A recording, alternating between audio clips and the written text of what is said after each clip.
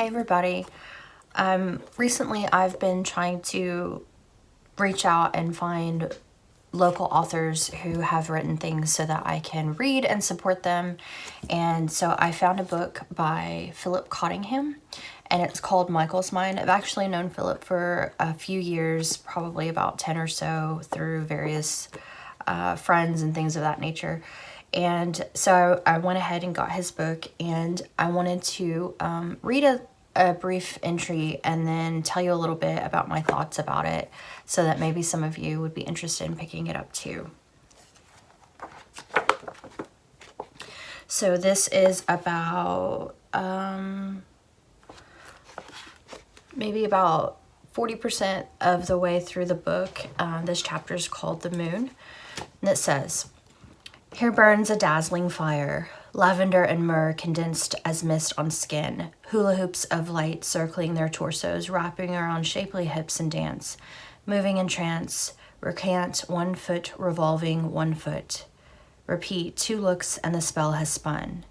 A woman stands on powdered surface with her back to the noise, her toes covered in moon's chalky grime as she looks out onto earth before her.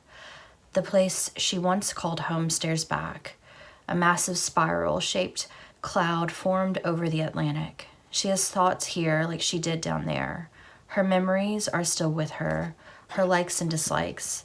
She is aware of this at this very moment, aware that none of this seems to make much sense.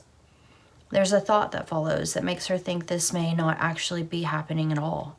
Not in the same way you look out your window to see the moon in the sky. The way you and your neighbors can both look up to see the white blemish on daytime blue sky and talk about how full or waning or waxing it is." I really enjoyed the book. To me, it was a journey, but I felt as though there were multiple journeys really happening at once. Michael has experienced an immense amount of trauma and lost some very important pieces of his life, and he has to start trying to rebuild his life. And it's got components of trying to come to terms with a new normal, which I think a lot of us can connect with right now. But then there are also pieces of those around him and how they can contribute and connect and keep him grounded. But then there's this other side of reality of having lost someone important to you and a need to stay connected with them and what that looks like beyond what we understand. So I thought it was really beautifully written. There's a lot of really good dialogue. There were some parts that I really enjoyed involving the neighbor and the neighbor's cat. And I told Philip that I thought that he did a really good job of creating very realistic scenarios in those situations. The dialogue felt very easy to follow. I don't know how else to say that, but I didn't feel like it was weighed down or heavy. It felt like I was sitting there and could very well see these kinds of conversations happening. I liked a lot of the themes in the book. I think that some people may struggle to understand some of the themes when we bring our own perceptions or realities with us and have these assumptions, right? But if you come into the book open-minded, just looking to kind of think of things outside of what you may have experienced, I think that you can get quite a bit from it.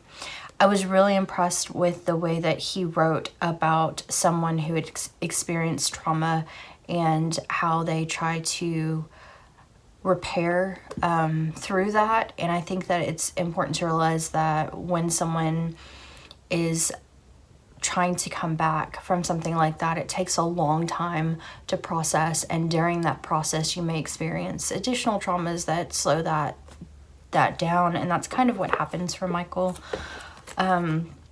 I think that it's a really good book. I think I would highly recommend that you read it. I think there's a lot of really cool themes and thoughts, and he mentions a lot of philosophers and psychologists and other books and things in here. So if you're not familiar with some of the themes or some of the concepts, he gives you the places to go to look for them if you're willing to do so.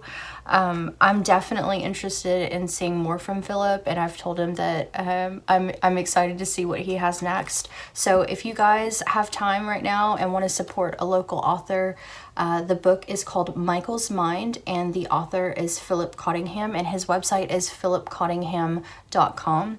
He also has another book out. His first book was called Carnival Guts, and it's a compilation of works similar to what I have recently released. So again, the book is called Michael's Mind, and the author is Philip Cottingham. I would highly recommend that you find it or connect with him and see how you can find out a little bit more about what's going on in Michael's mind.